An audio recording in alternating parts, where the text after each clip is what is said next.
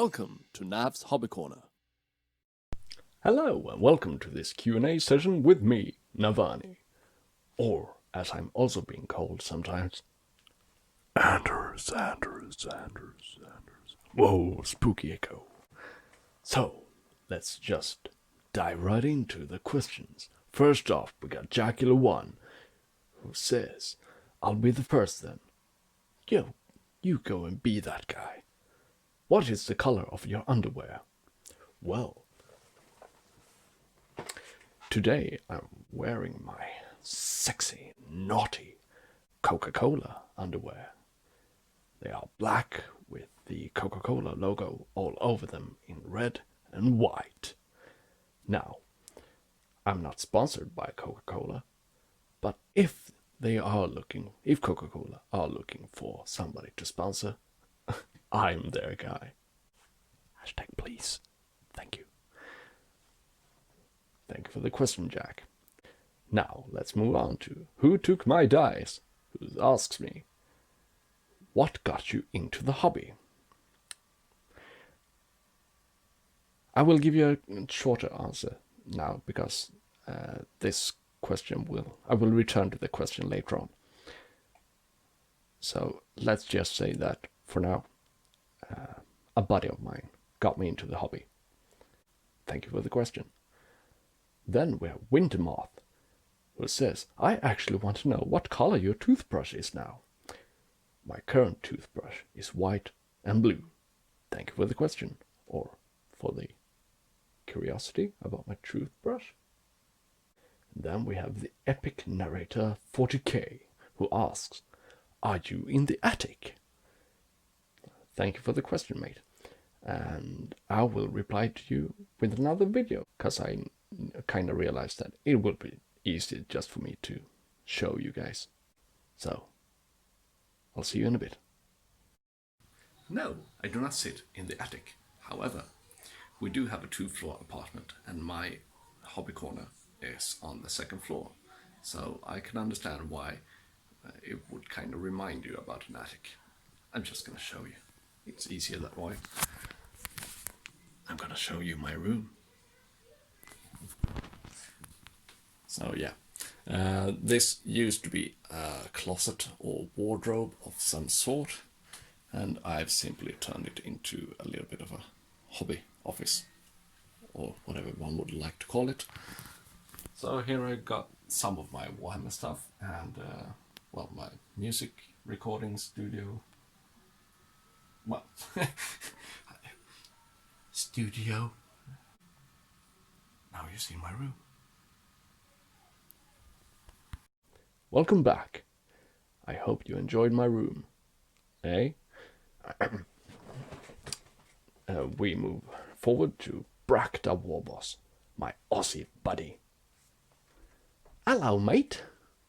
He says, hashtag new 40k, fan or not. I would say I'm a skeptic fan.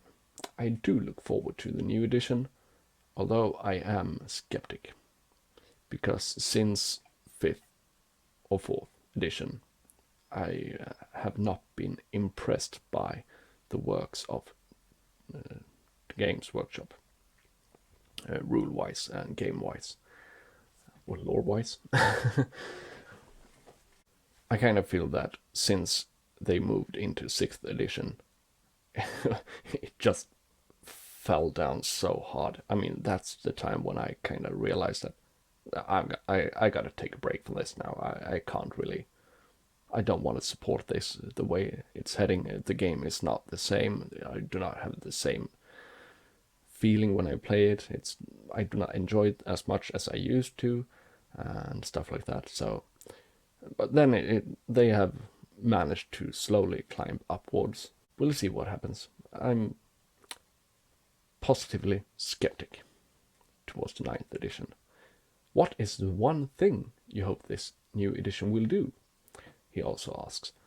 To be honest, I really miss the randomness in the game. I mean, surely you have all the different kind of weapons now that let you roll for the amount of shots and stuff like that, but it's not the same as such a thing as templates or the scatter die and stuff like that, where you actually had to make calculated guess or tactical choices on, if I place this here, or if I'm gonna deep strike a unit here, what are the odds of things going down the pipe?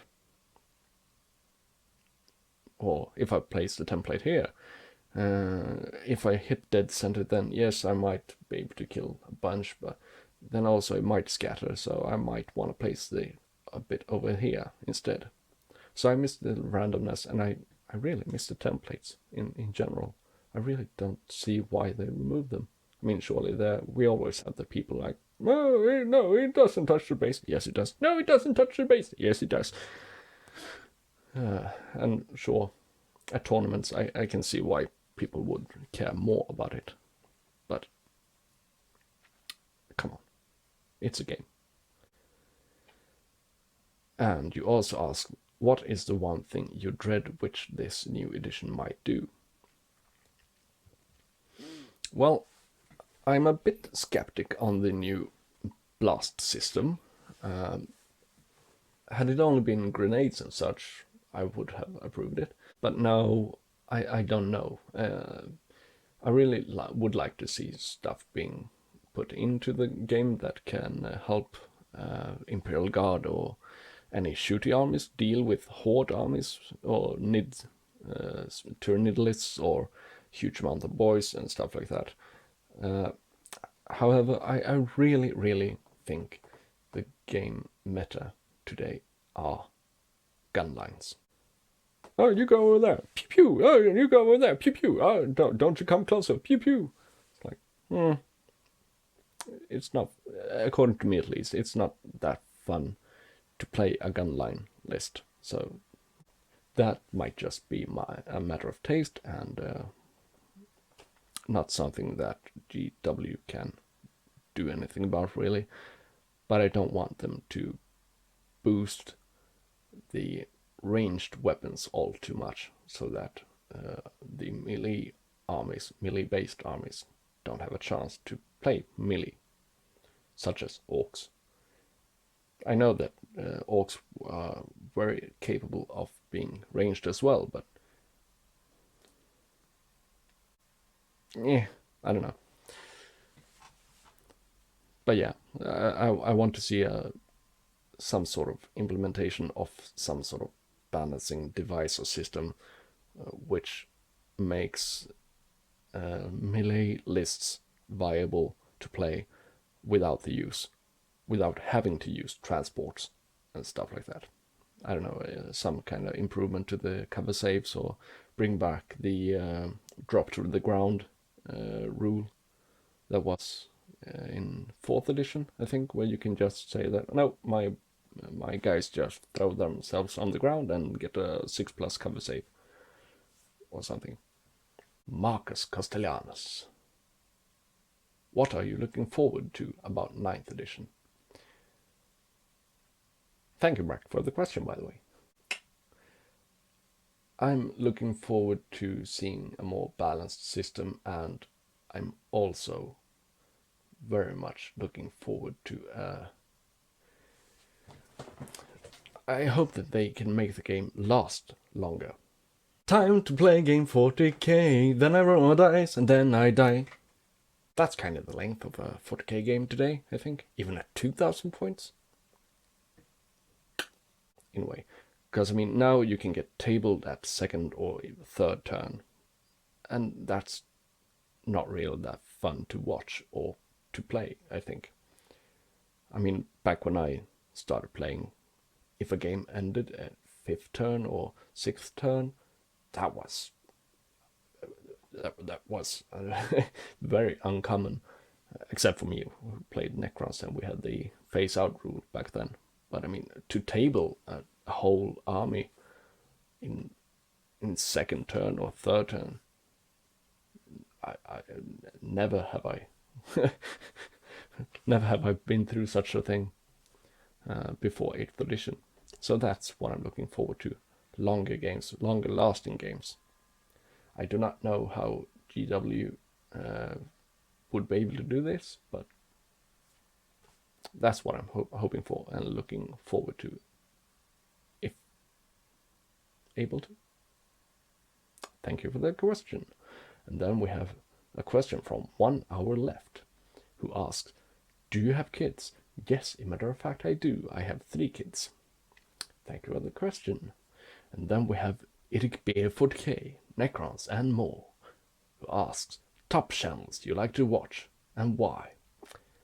Which is, to me, a rather impossible question to answer, since I find it very hard to list only 5 channels that I like to watch. I mean, we have your channel, we have 6 Plus Devo, Brack the Warboss, Dub Warbosses of the Apocalypse, Plastic Crack Gaming, Dread Wargaming, The Hobbygit, G the Hypersapien, Shilling Wargamers, Roxy the Riveter, Rivets and Daka. I mean, there are so many channels that I try to keep up with, and I, out of sheer entertainment and amazing personalities, and I always return from a stream or a video or something where I manage to learn something new, or to be inspired to make something new, and that makes it really hard to just list top 5 channels to watch and why. So I'm gonna semi-pass on that one. Then you have other questions. Well done, mate. Thank you. What is your background, country of origin, etc., and what was your first army? Well, my country of origin is Sweden. I am Swedish. I was raised kinda ordinarily, I think. I went to school. Well, I began playing violin at 3rd grade for 2 years, and then I started playing piano for 3 years, and then I hit the guitar. Then I decided that I wanted to give music a go, so I went to an art high school which had music as its focus. And then I began playing online games and a lot of other stuff. I really don't know what to say about my background. I've been working at a kind of a wide variety of places. I've been a lorry driver, I've been a ferryman at Sweden's smallest ferry, just forth and back across a canal. I've been a teacher, I've been a forklift driver, I've worked at I've been working in industries. I don't know, I've worked in a lot of places, and yeah. So I'm just gonna reply to your last question there. What was my first army? Necros, baby! Thank you for the questions, mate. And then we have Bud, who asks me, why are you in my closet? I didn't know this was your closet.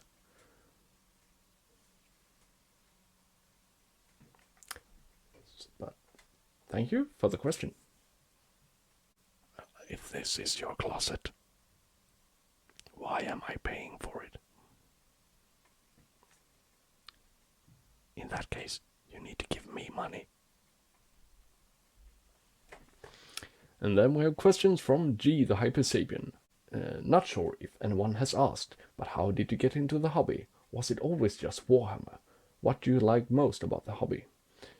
Building, painting, playing.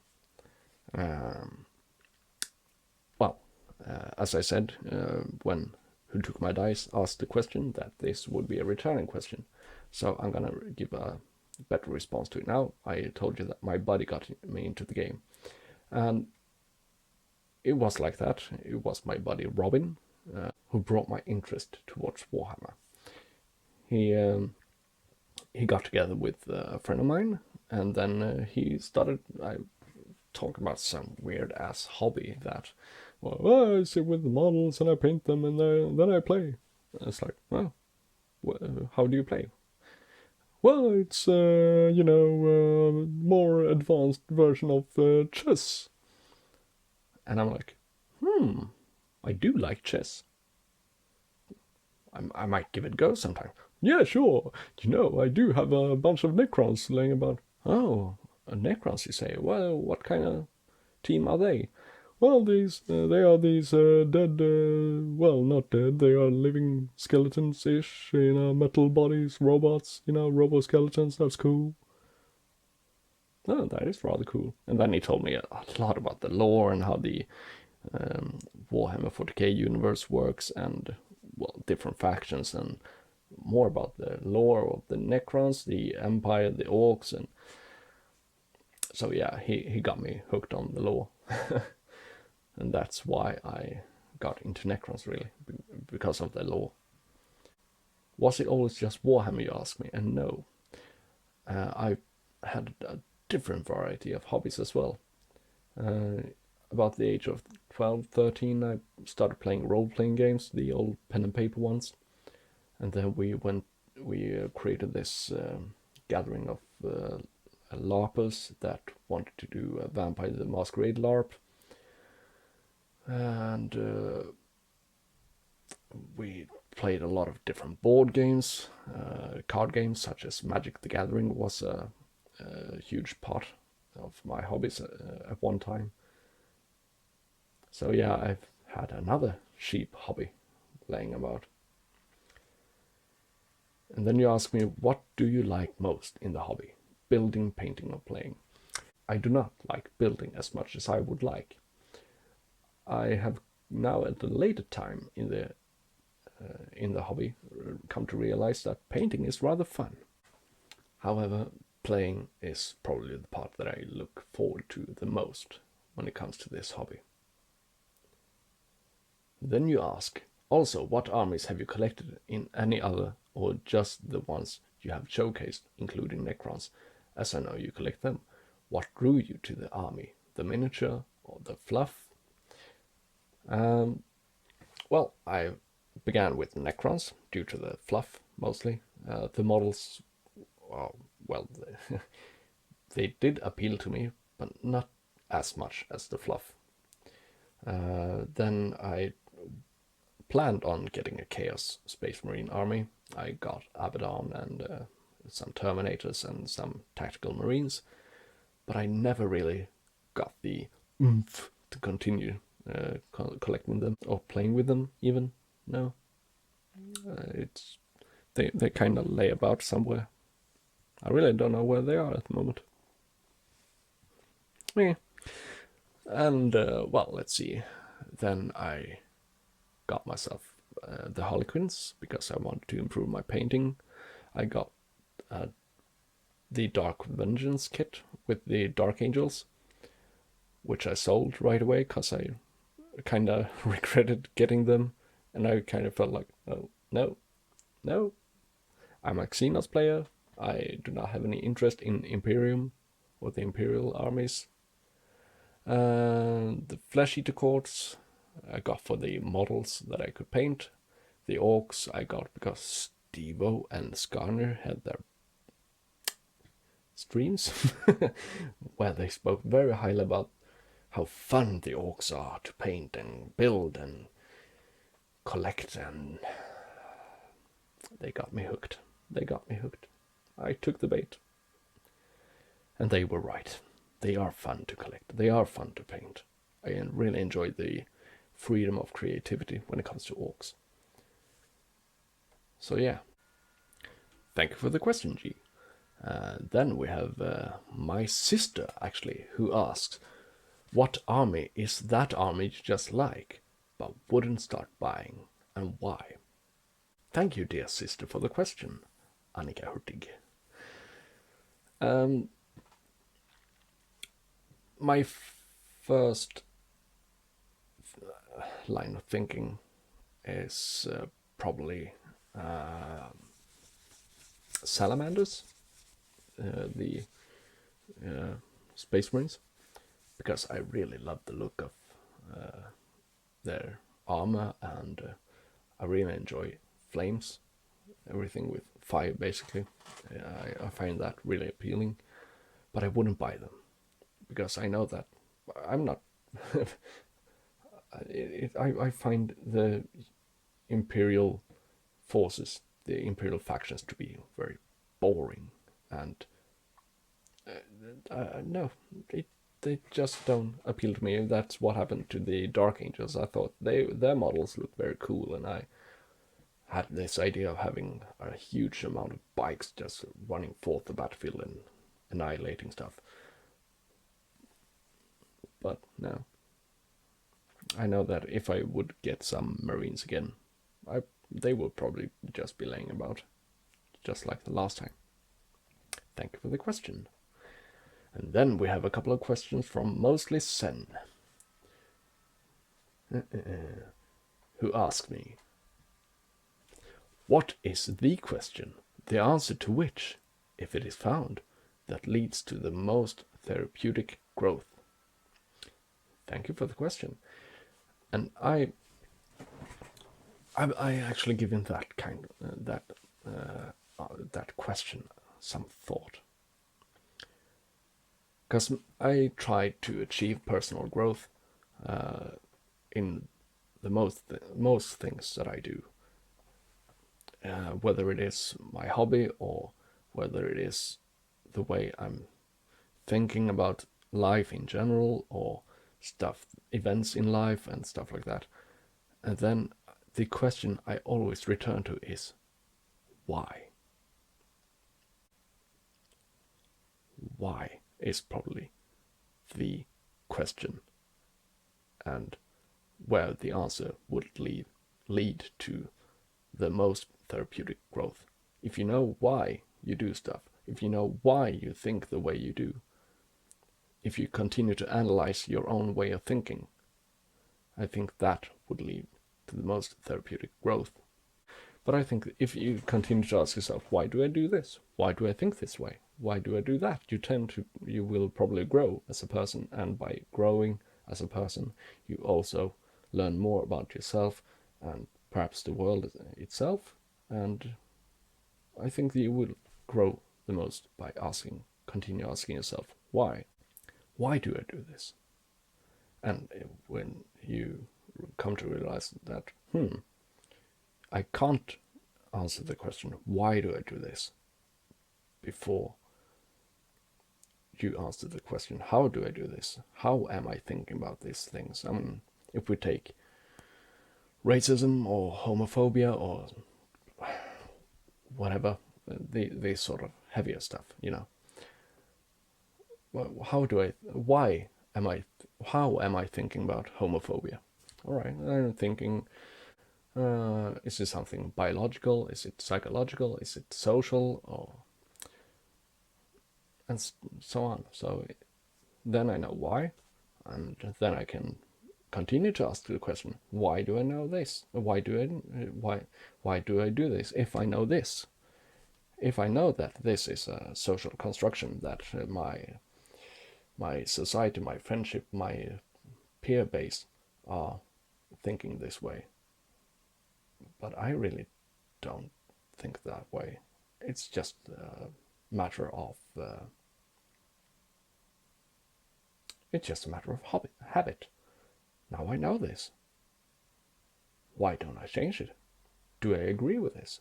Why do I agree with this? Return to the question why, and you will see your therapeutic growth. That's the question I would ask. Then you have more questions. Is it ever possible to have enough DACA? No, my man. You can never have too much DACA. Or enough DACA. And then we have another heavy question. If you could remove your brain and put it in the body of a death dread, what would you do on your rampage?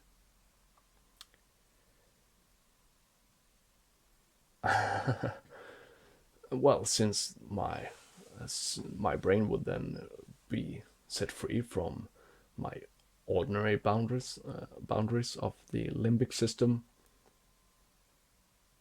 I probably would I don't know really.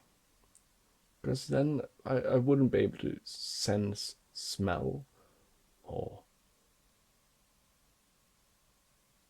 have any taste, so I probably wouldn't be able to enjoy life the same way. I'm trying to give you a serious answer to this one. I would probably just go mad and just end up in pure frustration, end up killing people. I mean, it's simply just logical. If you can't enjoy stuff, then you do whatever you can to feel stuff, and that will mostly end up in some sort of destructive manner, either for yourself or for others. And then you ask, in how many alternate universes are you the T-Rex king of all dinosaurs? Mate, I'm the T-Rex king in every universe. I am my own god after all. My body is my temple. My head is my church. My mind is my god. What is your favorite dessert? What are they called? Floats? You have a glass of Coca-Cola and then you add vanilla ice cream into it. Delicious. Thank you for the questions. And then we have Dwayne Higgins, our dear Skarner at Plastic Crack Gaming. Any chance for the lotto numbers? For me or for you? I see a huge chance for you and a very low chance for me. Oh. Must be because I don't play the lotto. Eh. Could be it. Could be it.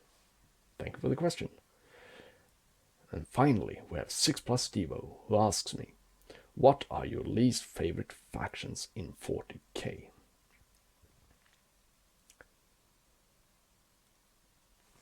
Ultramarines are probably my absolute least favorite ones. They are very, very, very, very boring.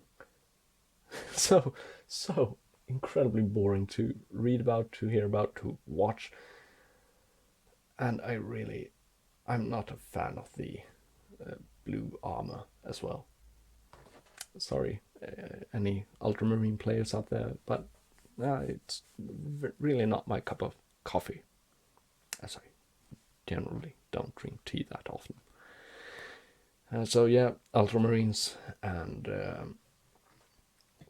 Eldar, or Eldari, the ordinary old Eldar, that is. I really don't like the look of them. It is mostly due to the design of the models themselves. Again, I find them a bit boring, not much happening to them. It's like, oh well, they got a pointy hat. Yay. Well, that guy's got a pointy hat. That guy's got a pointy hat. Oh, that's nice. How original. Even the Harlequins have more diversity among their masks. So yeah, Ultramarines, Eldar. I've got to say Eldar. I'm trying to think about what factions there are out there. I'm probably gonna say Tau. Yeah. Tau is also one of my least favorite factions. I don't know why really. When I started playing back in 4th edition, 5th edition there, one of my mates played Tau, and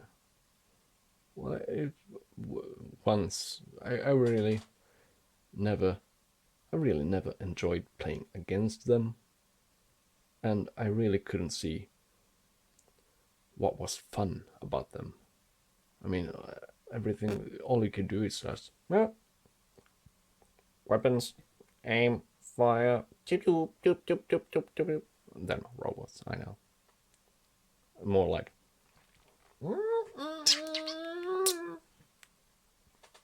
probably more like it, yeah. So, that's it really.